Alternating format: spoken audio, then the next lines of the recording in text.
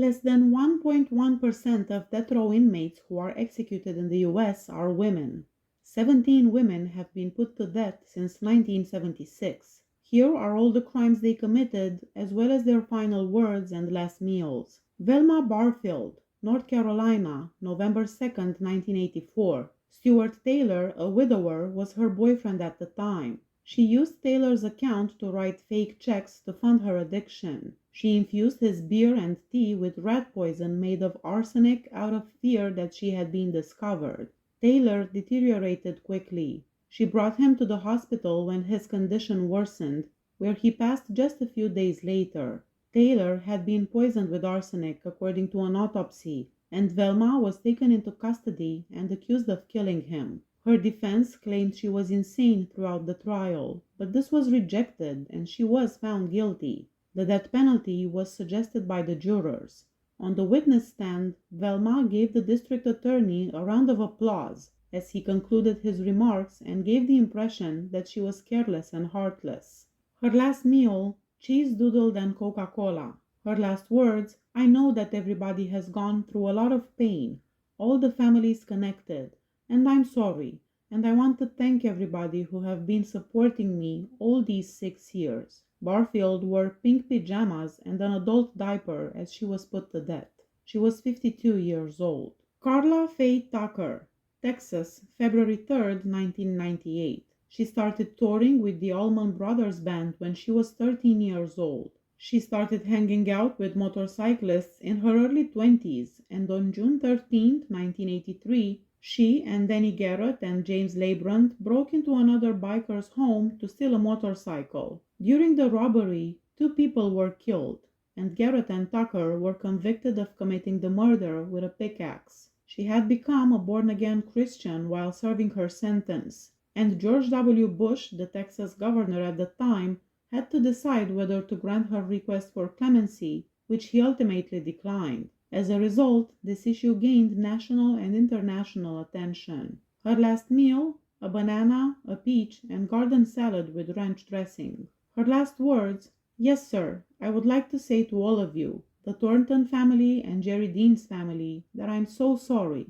I hope God will give you peace with this. She looked at her husband and said, baby, I love you. She then looked at Ronald Carson and said, Ron, give Peggy a hug for me. She continued to look at all present, weeping and smiling. Everybody has been so good to me. I love all of you very much.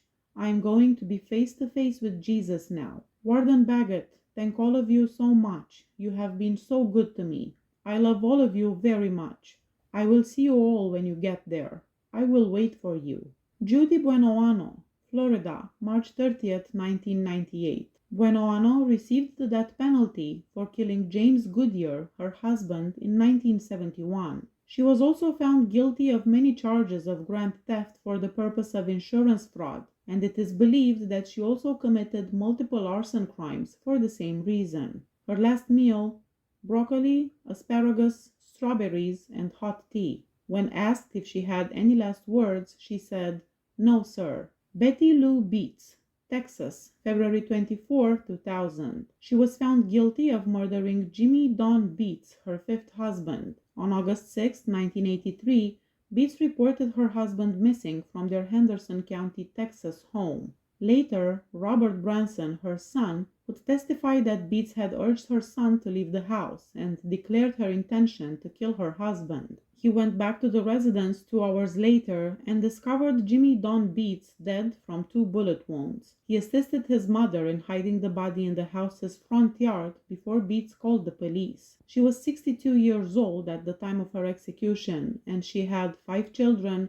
9 granddaughters, and 6 great-grandchildren. She did not request a final meal, nor did she make a final statement. Christina Riggs, Arkansas, May 2, 2000. Having suffocated her 2 preschool-aged children in their beds at the family's Sherwood home, Riggs, a qualified nurse, was found guilty of murder. She left notes saying, I hope one day you will forgive me for taking my life and the life of my children. However, I can't continue to live this way, and I couldn't bear to leave my kids here to be a burden on you, or to have them raised apart from their fathers and know that their mother killed herself. Then she injected herself with enough undiluted potassium chloride to kill 5 people after taking 28 Elavil tablets, a fatal amount. The following day, police officers broke into her residence, discovered Riggs, and took her immediately to the hospital. Riggs refused to let the defense present a case during the death penalty phase, claiming that she wanted the death penalty. She received a lethal injection execution sentence.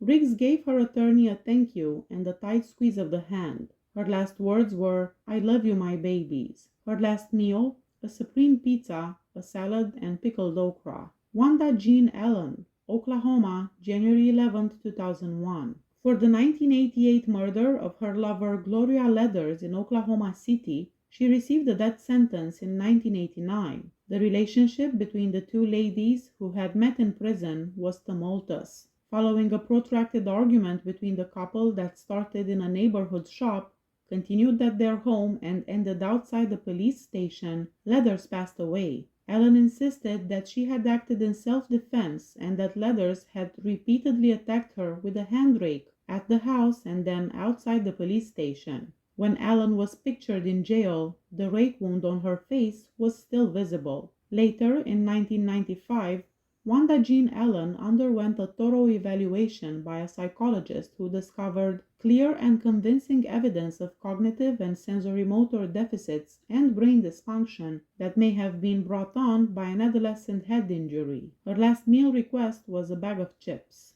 Her last words, "Father, forgive them. They know not what they do."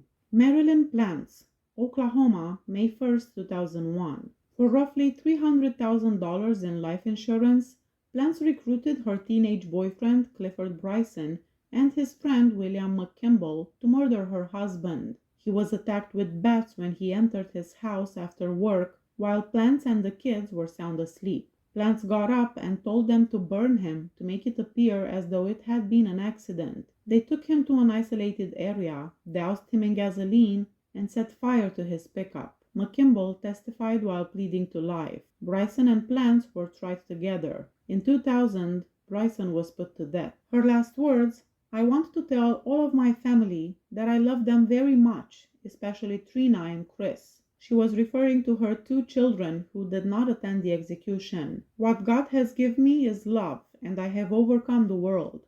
And I just want you all to know that nothing, absolutely nothing, can separate us from the love of God. And if you all want to see me again, you must be born again." Her last meal, she requested 1 chicken taco salad, 1 Mexican pizza, 2 enchiritos, 2 chicken soft tacos, 1 order of cinnamon twists, 1 piece of pecan pie, and 2 cans of Coca-Cola. Please hit that subscribe button if you like my channel. See you next time. Bye bye.